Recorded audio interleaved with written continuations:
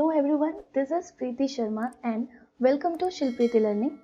Today we'll be completing this chapter, Demand, and this video is the video number 4 and I'm really very sorry we have decided to complete this in 3 videos but एक video और extend करनी पड़ी क्योंकि ये जो दो topics हैं movement along demand curve and shift in demand curve, ये थोड़े टाइम टेकिंग टॉपिक्स हैं और इसको अच्छे से समझना भी इम्पॉर्टेंट है क्योंकि इससे क्वेश्चंस आते हैं और बहुत घुमा फिरा के आते हैं।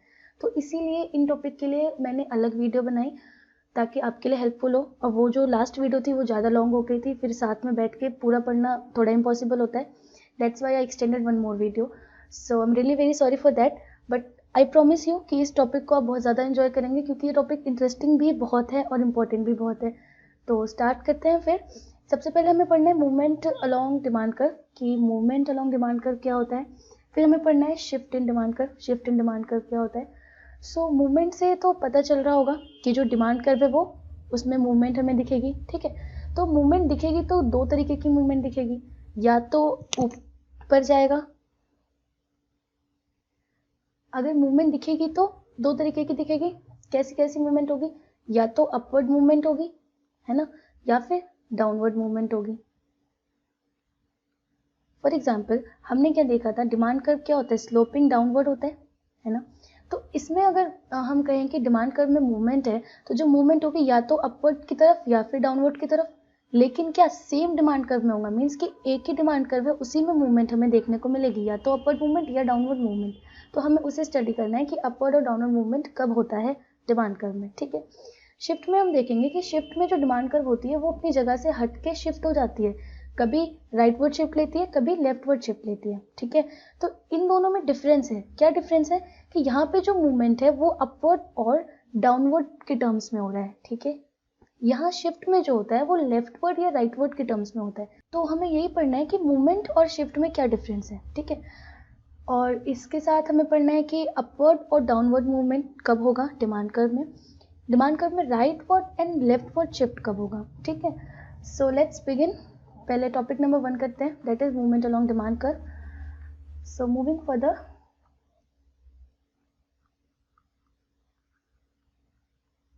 Movement along demand curve. अभी जस्ट हमने पढ़ा कि मूवमेंट क्या होगी, दो तरीके से होगी, इधर अपवर्ड और डाउनवर्ड, ठीक है। अब इसके साथ let me remind you one thing कि हमने क्या पढ़ा था, लॉ ऑफ डिमांड में हमने पढ़ा था कि अकॉर्डिंग टू दिस लॉ, और we can say this law states what, कि अगर प्राइसेस इंक्रीज होती हैं तो quantity demanded for a commodity decreases. जब उसकी प्राइस इंक्रीज होती है तो उसकी डिमांड हम कम कर देते हैं। Similarly if the price decreases then we start purchasing more. क्या होता है, क्वांटिटी डिमांडेड बढ़ जाती है। तो इसी की वजह से मूवमेंट आता है डिमांड कर्व में, ठीक है। So movement along demand curve is due to price of commodity, ठीक है। और sorry we can say due to change in price of commodity, this is due to change in price of commodity, ठीक है, ठीक है। So change in price of commodity की वजह से क्या आता है डिमांड कर्व में मूवमेंट, ठीक है। कैसे आती है मूवमेंट देखते हैं। So here we get the picture, यहाँ पे एक ग्राफ दिख रहा है आपको, ठीक है। सो इस ग्राफ में मूवमेंट अलोंग डिमांड कर्व बताया हुआ है। कैसे बताया गया है, लेट्स सी। यहाँ पे सबसे पहले क्वांटिटी की कमोडिटी की जो प्राइस थी, यहाँ पे प्राइस को इंडिकेट किया है P से, ठीक है, जिसके साथ कोई नंबर अटैच नहीं है, यहाँ पे 1 और 2 अटैच है, इसको बाद में बताती हूँ। पहले यहाँ पे जो कमोडिटी की प्रिवेलिंग प्राइस है वो है P, ठीक है। और इस प्राइस पे जो क्वांटिटी डिमांडेड है वो है Q, ठीक है। यानी कि जब कमोडिटी की प्राइस P है तो क्वांटिटी डिमांडेड जो है वो है Q, ठीक है। उसके बाद अब क्या हुआ, किसी रीजन से उस कमोडिटी की प्राइस कम होके P1 हो गई, ठीक है। अब हमें क्या पता है, जब प्राइस कम होती है तो डिमांड बढ़ जाती है, यानी कि यहाँ पे प्राइस कम हुआ है तो डिमांड बढ़ेगा, ठीक है।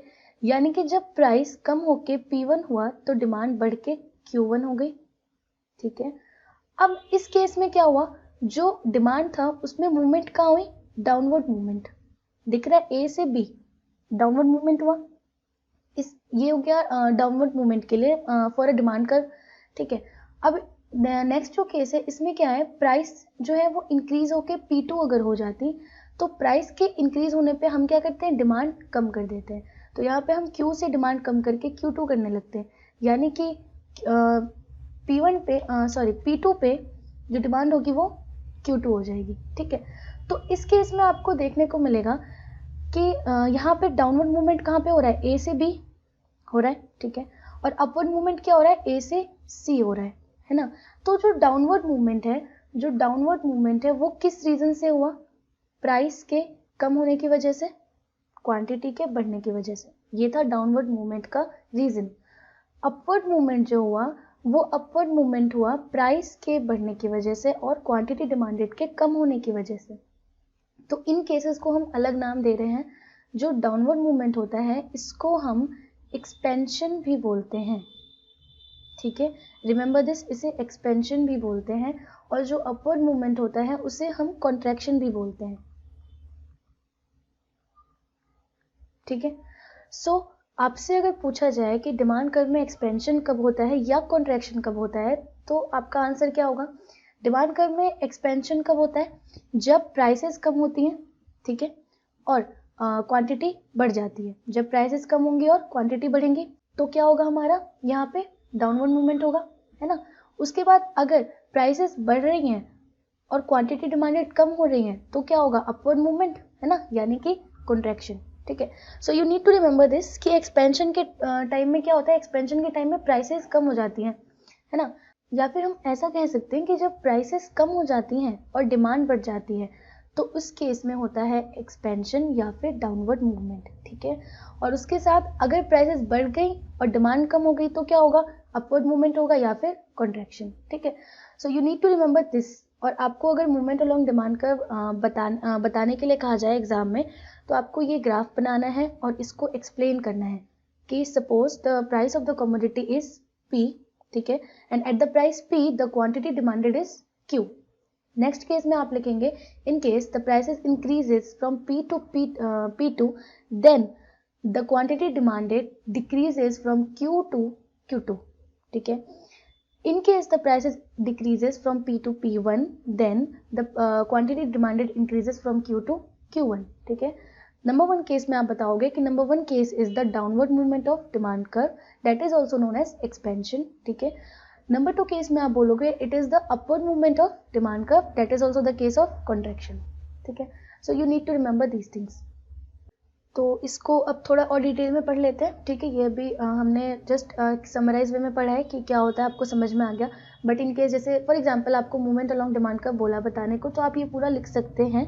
बट इन केस आपको एक्सपेंशन बोले कि एक्सपेंशन इन डिमांड कर बताओ या कॉन्ट्रैक्शन इन डिमांड कर बताओ, तो उसमें आपको किस तरीके से लिखना है, किस तरीके का ग्राफ बनाना है, तो वो डिस्कस कर लेते हैं पहले। सो यहाँ पे हमारा टॉपिक नंबर 1 था movement along demand curve. This is 1.1, that is expansion in demand, ठीक है, expansion in demand curve can say। so इसमें करते हैं पहले ग्राफ के थ्रू करते हैं। so here we get the diagram। आगे हमारा डायग्राम यहाँ पे ग्राफ है, ये बता रहा है एक्सपेंशन इन डिमांड, ठीक है। तो इनकेस क्वेश्चन आपका है कि एक्सपेंशन इन डिमांड को डिफाइन करिए, 3 मार्क्स में आए क्या पता, या 2 मार्क्स में आ सकता है, क्योंकि ज़्यादा बड़ा नहीं होगा ये टॉपिक।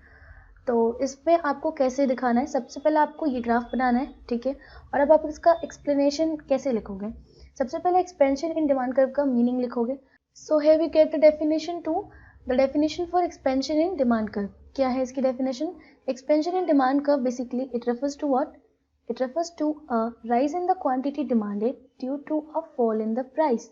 अगर क्वांटिटी डिमांडेड बढ़ रही है due to the fall in price, अगर किसी कमोडिटी का प्राइस कम हुआ, ठीक है, उसके प्राइस के कम होने की वजह से जो उसकी डिमांड थी वो बढ़ गई। यहाँ पे 20 से 15 होने की वजह से जो डिमांड थी 100 से वो 150 हो गई। तो इस केस में क्या हुआ, पहले जो हमारी डिमांड कर्व थी वो क्या थी, पहले जो डिमांड ग्राफ तो हमारा ऐसे बनता, अब हमारा कैसे बन रहा है, ऐसे, यानी कि इसमें क्या एक डाउनवर्ड मूवमेंट हो रहा है। This is the expansion in demand curve. But इसमें एक लाइन बहुत इंपॉर्टेंट है, that line you need to write, the line is other factors remaining constant. और ये अदर फैक्टर्स क्या है, हमने डिस्कस करे हैं डिटर्मिनेंट्स ऑफ डिमांड में कि डिमांड को अफेक्ट करने वाले कौन कौन से फैक्टर्स हैं अदर देन द प्राइस। तो अदर देन द प्राइस में कौन कौन से फैक्टर्स आते हैं, सबसे पहले आता है प्राइस ऑफ रिलेटेड गुड्स, यानी कि सब्सटीट्यूट एंड कॉम्प्लीमेंट्री गुड्स के प्राइस। उसके बाद आते हैं इनकम, उसके बाद taste and preference of consumers, उसके बाद आता है फ्यूचर एक्सपेक्टेशंस। तो कुछ ये सारे जो डिटर्मिनेंट्स हमने डिस्कस करे थे, अगर आपने वीडियो नहीं देखी तो लिंक में आपको वीडियो मिलेगी, ये वीडियो नंबर 1 में था, ठीक है। सो इनको कांस्टेंट रख के चलते हैं, और यही पॉइंट है जो शिफ्ट इन डिमांड और मूवमेंट इन डिमांड के बीच का डिफरेंस है। मूवमेंट इन डिमांड कर्व सिर्फ प्राइस ऑफ द कमोडिटी की वजह से होता है, shift in demand curve other factors की वजह से होता है। You need to remember this point. So आगे बढ़ते हैं। फिर एक्सपेंशन इन डिमांड कर्व में आपने इसकी डेफिनेशन बता दी, ग्राफ बता दिया। अब इसमें आपको 2 पॉइंट लिखने हैं। सबसे पहला क्या लिखना है? सबसे पहला it leads to what? It leads to a downward movement, है ना, इसमें डाउनवर्ड मूवमेंट होते हैं। So it leads to a downward movement, ठीक है, along the same demand curve. You need to write along the same demand curve. Same demand curve है, इसमें demand curve change नहीं हो रही। So along the same demand curve, ठीक है। और इसके बाद आपको एक पॉइंट और लिखना है, it is also known as what? Expansion in demand. हमें पता है इसे एक्सपेंशन इन डिमांड भी कहते हैं, और it is also known as increase in quantity demanded, ठीक है। इसको आप याद भी रख सकते हैं कि क्वांटिटी डिमांडेड अगर बढ़ रही है तो एक्सपेंशन है ना। सो ये पूरा एक्सप्लेनेशन है एक्सपेंशन इन डिमांड कर्व के लिए। इनकेस आपको कहीं एक्सप्लेन करना हो तो आप ये बता सकते हैं। ये ग्राफ भी बहुत इंपॉर्टेंट है। इसमें ज़रूरी नहीं है कि आपको अमाउंट लेके चलें, और P एंड P1 समथिंग लेके चल सकते हैं, Q एंड Q1 लेके भी चल सकते हैं। और अगर अमाउंट ले रहे हैं तो आप उसको भी एक्सप्लेन कर दो कि यहाँ पे मार्केट में पहले 20 प्राइस पे 100 थी डिमांड, फिर 15 पे जो डिमांड है वो 150 हो गई। So here we see what? A decrease in price and increase in quantity demanded, that is leading to the downward movement of the demand curve, that is also known as what? Expansion in demand, ठीक है। सो यहाँ पे ये topic खत्म। Next चलते हैं। इसके बाद जो हमने पढ़ा था कॉन्ट्रैक्शन इन डिमांड, उसको कैसे एक्सप्लेन करेंगे, तो आपको पता है सेम क्राइटेरिया होगा उसको भी एक्सप्लेन करने का। That is 1.2 contraction in demand. What is contraction in demand? So let's discuss contraction in demand. इसमें आपको ग्राफ दिख रहा होगा कॉन्ट्रैक्शन इन डिमांड। इसमें क्या है, हमें पता है कॉन्ट्रैक्शन इन डिमांड क्या होता है? Upward movement. जस्ट अभी पढ़ा था हमने कि upward movement is what? Contraction in demand, ठीक है। और क्योंकि एक्सपेंशन एंड कॉन्ट्रैक्शन दोनों किसका पार्ट है? मूवमेंट अलोंग डिमांड कर्व का पार्ट है ना, movement along the same demand curve. तो इसमें क्या है, दोनों में ही जो है इफेक्ट जो है वो प्राइस की वजह से होता है। And price of what? Price of the same commodity, ठीक है। अगर हम टी की बात करें तो टी की प्राइसेस की वजह से ही जो है उसकी डिमांड कर्व में मूवमेंट आएगी। अगर इसके सब्सटीट्यूट या कॉम्प्लीमेंट्री गुड्स की प्राइसेस की वजह से इसकी डिमांड में कोई चेंज है तो वो शिफ्ट इन डिमांड लाएगा, ठीक है। इस पॉइंट को याद रखना बहुत इंपॉर्टेंट है, क्योंकि इसी में कंफ्यूजन होती है, मूवमेंट एंड शिफ्ट, इसमें बहुत ज़्यादा कंफ्यूज होते हैं बच्चे। सो आपको बस ध्यान रखना है कि जो मूवमेंट है वो सिर्फ price of the same commodity की वजह से होगा। इसके अलावा जो भी फैक्टर्स हैं अफेक्ट करते हैं डिमांड को, वो सारे जाते हैं शिफ्ट में, ठीक है। तो पढ़ते हैं, फिर आगे बढ़ते हैं। कॉन्ट्रैक्शन इन डिमांड कर्व में क्या क्या है हमारे पास? कॉन्ट्रैक्शन इन डिमांड कर्व में सबसे पहले हम क्या करेंगे, लिखेंगे। क्या लिखेंगे कि कॉन्ट्रैक्शन इन डिमांड कर्व होता क्या है। So contraction in demand curve refers to a fall in quantity demanded, fall in quantity demanded होगा, ठीक है। Due to what? Due to increase in price of the commodity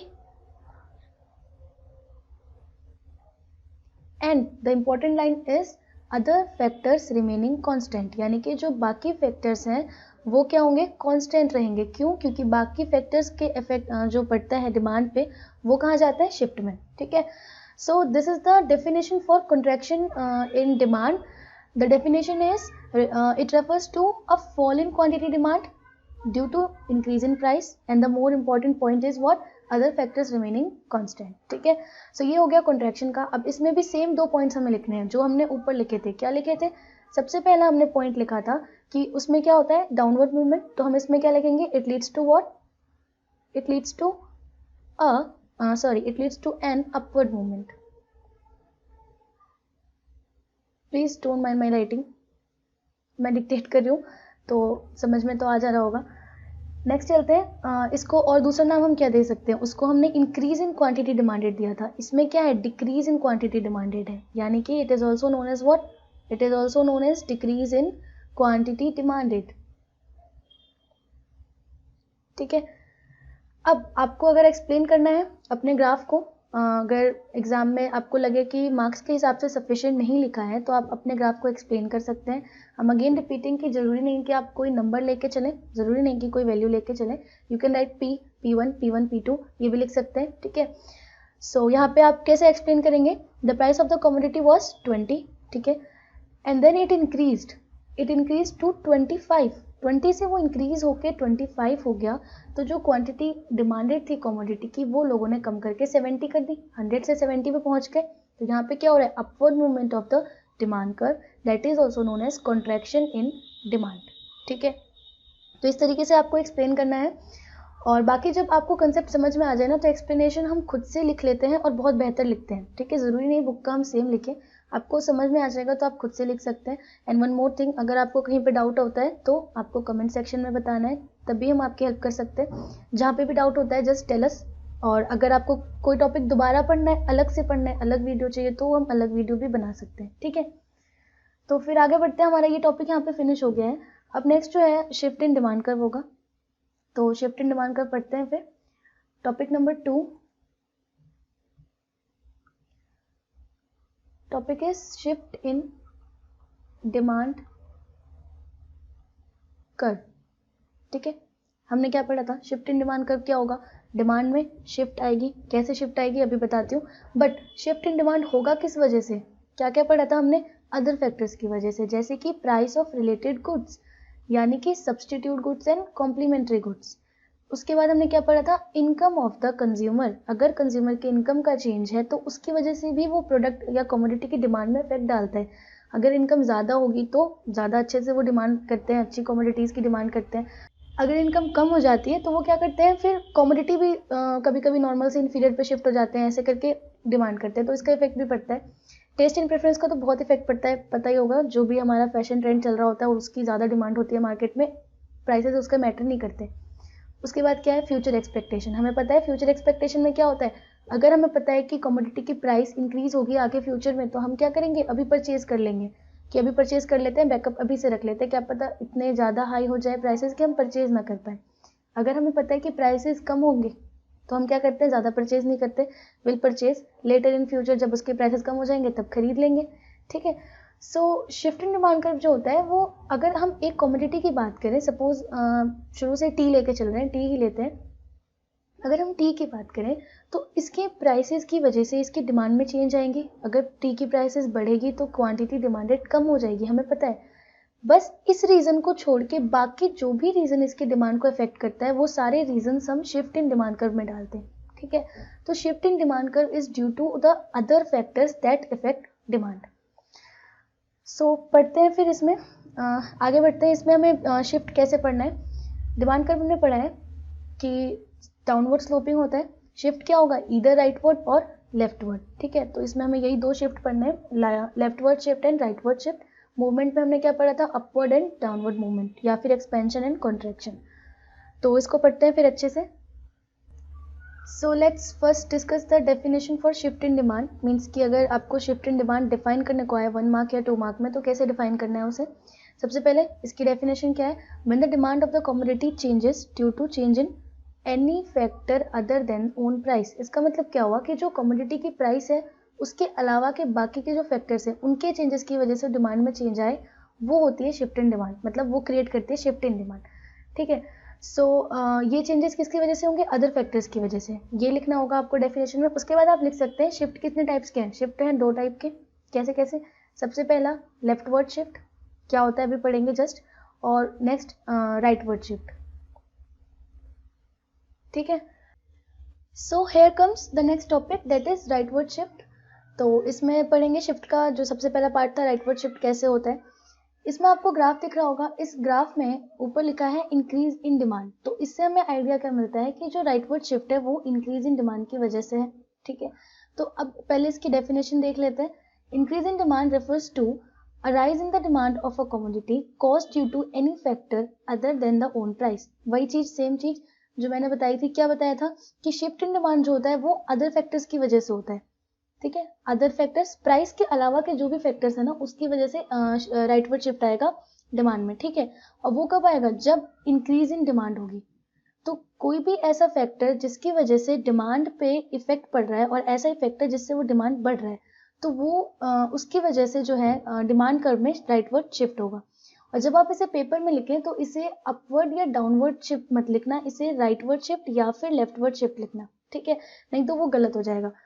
तो यहाँ पे हमें पता चल गया राइटवर्ड शिफ्ट का दूसरा नाम क्या होगा, इंक्रीज इन डिमांड। तो अगर हमें एग्जाम में लिखना होगा तो ये ग्राफ बनाना है आपको, उसके बाद आपको ये पूरी डेफिनेशन लिखनी है, उसके बाद ये एक पॉइंट लिखना है कि इससे क्या होता है, राइटवर्ड शिफ्ट होता है। अब यहाँ पे इस ग्राफ में क्या है, प्राइस जो है वो 20 है, इस प्राइस पे पहले डिमांड थी 100, ठीक है, उसके बाद प्राइस में कोई चेंज नहीं आया, अदर फैक्टर में चेंज आया, उसकी वजह से क्या हुआ, डिमांड 100 से इंक्रीज होकर 150 हो गई, यानी कि डिमांड बढ़ गई। और डिमांड बढ़ने से क्या हुआ, डिमांड कर्व जो है वो शिफ्ट हो गया, पहले ए पे था अब बी पे चला गया, यानी कि डी से शिफ्ट होकर डी1 पे पहुंच गया, ठीक है।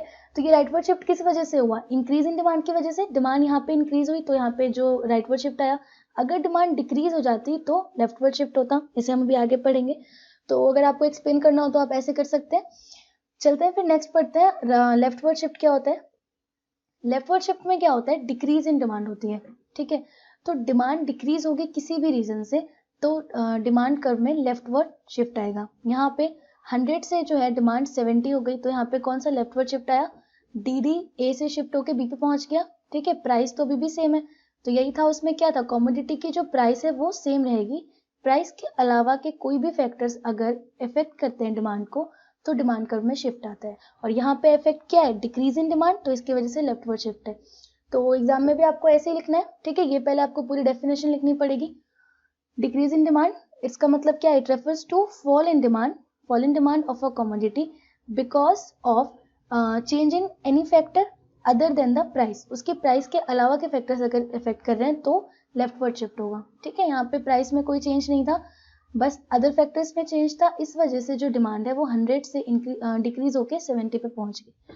तो ये था हमारा लेफ्टवर्ड शिफ्ट और राइटवर्ड शिफ्ट। इसमें एक चीज और है, जब हमने मूवमेंट पढ़ा था, मूवमेंट अलोंग डिमांड कर्व, तो मूवमेंट में हमने पढ़ा था, दो मूवमेंट पढ़े थे, एक पढ़ा था अपवर्ड और एक पढ़ा था डाउनवर्ड। इसमें हम क्या बोलते थे, इंक्रीज या डिक्रीज इन क्वांटिटी डिमांडेड, हम इसमें क्वांटिटी वाला वर्ड ऐड करते थे, बट जब हम शिफ्ट पढ़ रहे हैं तो यहाँ पे सिर्फ इंक्रीज या डिक्रीजिंग डिमांड है, ठीक है। तो क्वांटिटी डिमांडेड अगर आपको एक्सप्लेन करने को आए कि इंक्रीज इन क्वांटिटी डिमांडेड आपको एक्सप्लेन करना है, तो वहां पे आपको मूवमेंट एक्सप्लेन करनी होगी। अगर इंक्रीज इन डिमांड कहेगा तो आपको शिफ्ट को एक्सप्लेन करना है, ठीक है। तो इस बात का ध्यान रखना है, बाकी इससे ज्यादा कुछ नहीं था इस चैप्टर में, इतना ही है ये। सो यहाँ पे rightward and leftward shift finish हुआ, ठीक है। अब इसमें हमें पढ़ना है आगे जो फैक्टर्स अफेक्ट करेंगे, मीन्स कि प्राइस के अलावा जो भी फैक्टर्स हैं जो अफेक्ट करेंगे डिमांड को, उसको हम स्टडी करेंगे कि उनसे लेफ्टवर्ड और राइटवर्ड शिफ्ट कब आएगा, ठीक है। तो आगे बढ़ते हैं, फिर फैक्टर्स पे चलते हैं। यहाँ पे बढ़ते हैं, फिर आगे पढ़ते हैं कि कौन कौन से फैक्टर्स थे, उनसे क्या इफेक्ट होगा डिमांड कर्व पे। इसमें सबसे पहले आता है cross price effect. Cross price effect में का मतलब क्या होता है, इसका मीनिंग ये है कि अगर कोई दो कमोडिटी है, सपोज ए एंड बी, ठीक है, तो इसमें इसके प्राइस के चेंज की वजह से इसकी डिमांड में चेंज आएगा, इसका अगर प्राइस चेंज होगा तो इसकी डिमांड में चेंज, मतलब कि क्रॉस चेंजेस आते हैं, क्रॉस इफेक्ट आते हैं, तो इसीलिए इसे कहते हैं क्रॉस प्राइस इफेक्ट। क्या होता है इसमें, effect on demand due to the change in price of related commodity. अब ये रिलेटेड कमोडिटी क्या होती है, रिलेटेड कमोडिटी में हमने क्या पढ़ा था, दो टाइप्स ऑफ रिलेशन होते हैं कमोडिटी में, सब्सटीट्यूट गुड्स होते हैं और कॉम्प्लीमेंट्री गुड्स होते हैं, ठीक है। तो इन गुड्स में जो डिमांड कर्व पे जो इफेक्ट आता है ना, उसे क्रॉस प्राइस इफेक्ट कहते हैं। तो सब्सटीट्यूट गुड्स में हमने क्या पढ़ा था कि वो गुड्स होते हैं जिन्हें एक की जगह पे दूसरे को हम जब यूज कर सके, जैसे कि टी और कॉफी आपस में सब्सटीट्यूट है, और हमने एग्जांपल में लिया था पेप्सी एंड कोक, इसका एग्जांपल लिया था, ये भी आपस में सब्सटीट्यूट है। कॉम्प्लीमेंट्री गुड्स में क्या होता है, इनको हमें साथ में यूज करना होता है। हमने जो एग्जांपल लिया था वो था लॉक एंड की एंड कंप्यूटर एंड सॉफ्टवेयर का, तो ये साथ में यूज होते हैं, बिना कंप्यूटर के सॉफ्टवेयर का कोई यूज नहीं होगा, बिना लॉक के की का भी कोई यूज नहीं है। तो ये है सब्सटीट्यूट एंड कॉम्प्लीमेंट्री गुड्स, जिन्हें रिलेटेड कमोडिटी या रिलेटेड गुड्स कहते हैं। तो इनके बारे में पढ़ना है कि इनकी वजह से डिमांड पे क्या इफेक्ट होता है, ठीक है। सबसे पहले स्टडी करेंगे सब्सटीट्यूट में, अगर सब्सटीट्यूट गुड्स का प्राइस चेंज हो रहा है तो change in price of substitute goods, अगर सब्सटीट्यूट गुड्स हैं उनके प्राइस में चेंज है तो तो चेंज हमें पता है दो तरीके की होगी, या तो इंक्रीज होगा या फिर डिक्रीज होगा, ठीक है, ये दो चेंजेस होंगे। तो सबसे पहला केस इंक्रीज का पढ़ते हैं कि अगर प्राइस इंक्रीज हो रही है तो क्या होगा, ठीक है, increase in price of substitute goods. इस केस में क्या है, सपोज हम टी और कॉफी को लेके चलते हैं मार्केट में।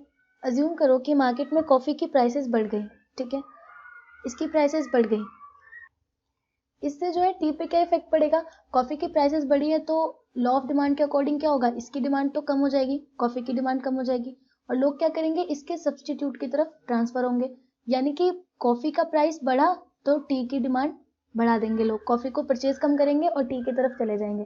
तो इससे क्या इफेक्ट हुआ कि जब सब्सटीट्यूट गुड का, टी का सब्सटीट्यूट कॉफी है, जब सब्सटीट्यूट गुड का प्राइस इंक्रीज हुआ है तो उसकी अपनी की डिमांड बढ़ी है, यानी कि increase in price of substitute goods lead to rightward shift, ठीक है, क्यों, क्योंकि यहाँ पे क्या हुआ, डिमांड पहले क्यू थी, सपोज टी की डिमांड जो थी वो पहले क्यू पे थी, ठीक है, कॉफी के प्राइसेस बढ़ गए, अब लोगों ने कॉफी को कम परचेज करना स्टार्ट किया और टी को ज्यादा खरीदने लगे, तो इससे क्या हुआ, टी की डिमांड बढ़ी क्यू से Q1, यानी कि राइटवर्ड शिफ्ट, ठीक है।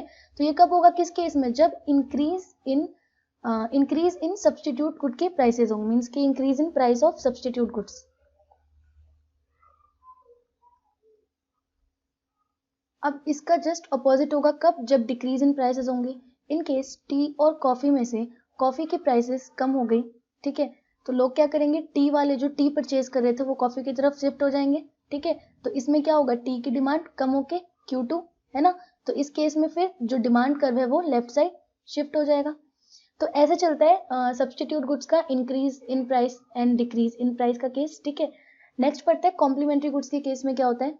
कॉम्प्लीमेंट्री गुड्स के केस में सपोज हम कंप्यूटर और सॉफ्टवेयर को लेके चलते हैं, ठीक है, सपोज कंप्यूटर की प्राइसेस बढ़ी, ठीक है, तो लॉ ऑफ डिमांड के अकॉर्डिंग इसकी डिमांड कम हो जाएगी, यानी कि लोग कंप्यूटर परचेज नहीं करेंगे, बहुत कम परचेज करेंगे। तो इस केस में क्या होगा, जो लोग कंप्यूटर परचेज नहीं कर रहे हैं वो सॉफ्टवेयर भी परचेज नहीं करेंगे, यानी कि कंप्यूटर की प्राइसेस बढ़ने से सॉफ्टवेयर की भी डिमांड कम हो गई, ठीक है। अब इस केस में क्या हुआ, यहाँ पे हमारे पास कंप्यूटर की प्राइसेस बढ़ी और सॉफ्टवेयर की डिमांड कम हो गई, क्योंकि कंप्यूटर भी नहीं खरीद रहे लोग, तो अब सॉफ्टवेयर का क्या करेंगे। तो इसमें क्या होगा, जब increase in price of complementary goods होगा, अगर increase in price of complementary goods है तो इस केस में डिमांड कर्व लेफ्टवर्ड शिफ्ट पे लेगी, ठीक है, क्योंकि जो इसका कॉम्प्लीमेंट्री गुड है उसी की डिमांड नहीं, तो इसकी भी कोई डिमांड नहीं करेगा, क्योंकि दोनों साथ में यूज किए जाते हैं। तो इसमें केस उल्टा है, अगर इंक्रीज इन डिमांड है तो लेफ्टवर्ड शिफ्ट होगा, ठीक है, सॉरी, अगर increase in price of complementary good है तो लेफ्टवर्ड शिफ्ट होगा, डिक्रीज है तो राइटवर्ड शिफ्ट होगा, ठीक है। नेक्स्ट चलते हैं, इसका जो नेक्स्ट पार्ट है, मींस जो नेक्स्ट फैक्टर है उस पे चलते हैं। नेक्स्ट जो फैक्टर है क्या है, चेंज इन इनकम, ठीक है, अगर कंज्यूमर की इनकम चेंज हो रही है तो क्या होगा। चेंज इन इनकम के बेसिस पे पहले हम गुड्स को डिवाइड करते हैं, ठीक है, और चेंज इन इनकम के बेसिस पे जो गुड्स हैं वो दो पार्ट में है, कौन कौन सी, नॉर्मल गुड्स है और inferior goods.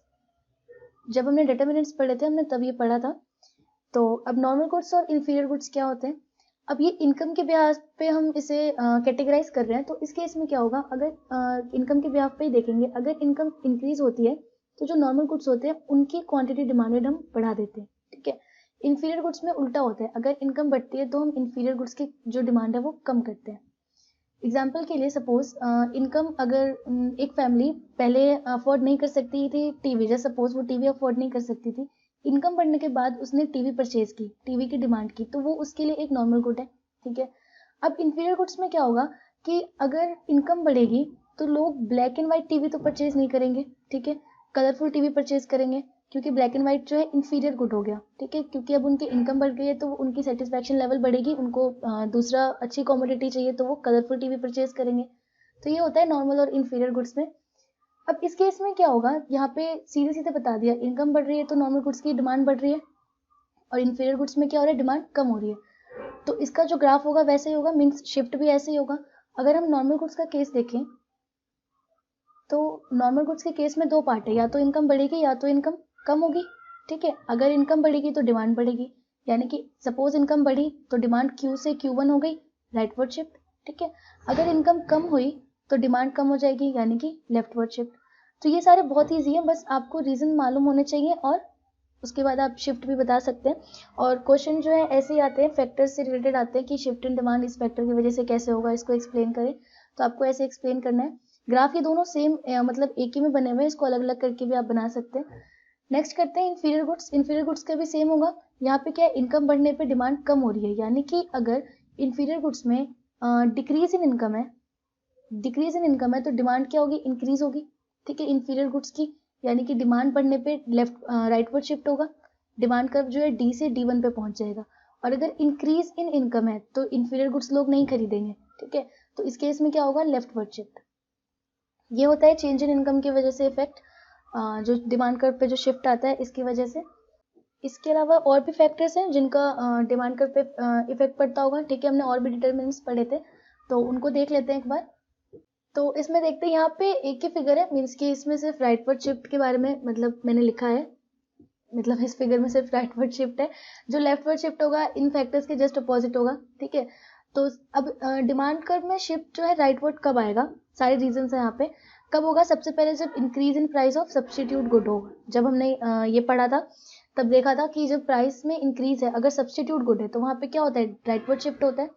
Decrease in price of complementary goods, तब होगा राइटवर्ड शिफ्ट।